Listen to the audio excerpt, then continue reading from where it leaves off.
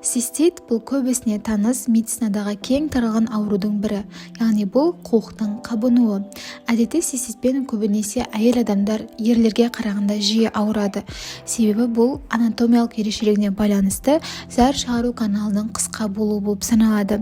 Ерлерде бұл цистит қуық асты безінің аденомасы, простатит және басқа да қабынулық аурулар кезінде мысалға зәр шығару каналының қабынуы уретритпен бірге қатар жүреді.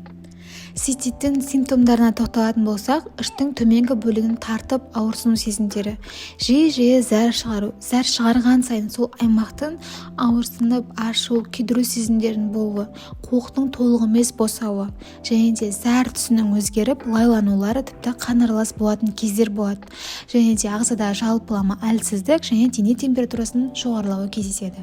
Классификациясына келетін болсақ, біз оны біріншілікті және де екіншілікті деп қарастырамыз. Біріншілікті деп айтып тұрған бәрімізге түсінікті, яғни ешқандай ағзада ауру жоқ, тек қана қуық бірінші өзі қабынып жатыр. Ал екіншілік дегеніміз ағзада қандай да бір орын қабынады, соның инфекциялары қан арқылы, яғни гематогенді жолмен қуыққа таралып, қуықта қабыну процесі, яғни циститті шақыратын болса, онда біз оны екіншілікте деп атаймыз, және де оның одан бөлек жедел және де созылмалы цистит деген түрлері бар. Ал енді осы циститке алып келетін себептерге тоқтайық. Көбінесе бұл циститті эшерихия коли, яғни ішек таяқшасы туындатады.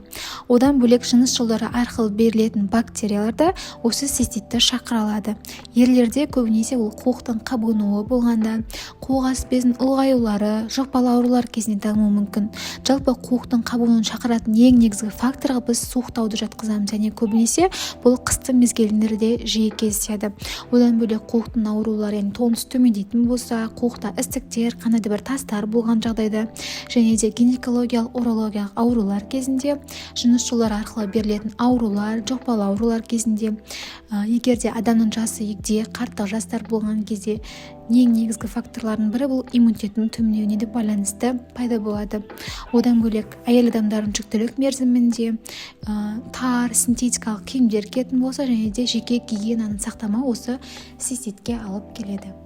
Диагностика барысында біз жалпы қан анализін тапсырған кезде ол жерде нейтрофильді лейкоцитозды және де сойынының жоғарылауын байқаймыз.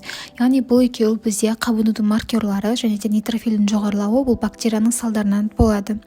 Ал жалпы зәр анализі кезінде біз міндетті түрде жаңағы лейкоцитурия, бактериурия, өткен инфекция жаңа бактерия деп айттық, одан бөлек протеинурия, белоктардың шығып кетуі и қан аралас болған кезде гематурия көрінеді.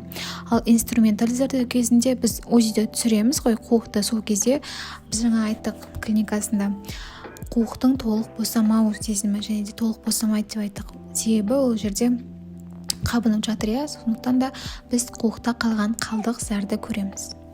Сосын міндетті түрде бак-пассив анализін тапсырады. Бұның маңыздылығы пациенттің қандай антибиотиктерге сезімтал немесе резистентті екендігін анықтай аламыз. Соған байланысты пациенттің жағдайына, жаңағы анализдің көрсеткішіне байланысты антибиотикті тағайындайтын болады. Себебі жаңа айтқанда негізгі туындатушы инфекция бізде эшерихия коли, яғни E. coli деген бактерия болғандықтан оған қарсы антибиотикті тағайындайтын болады.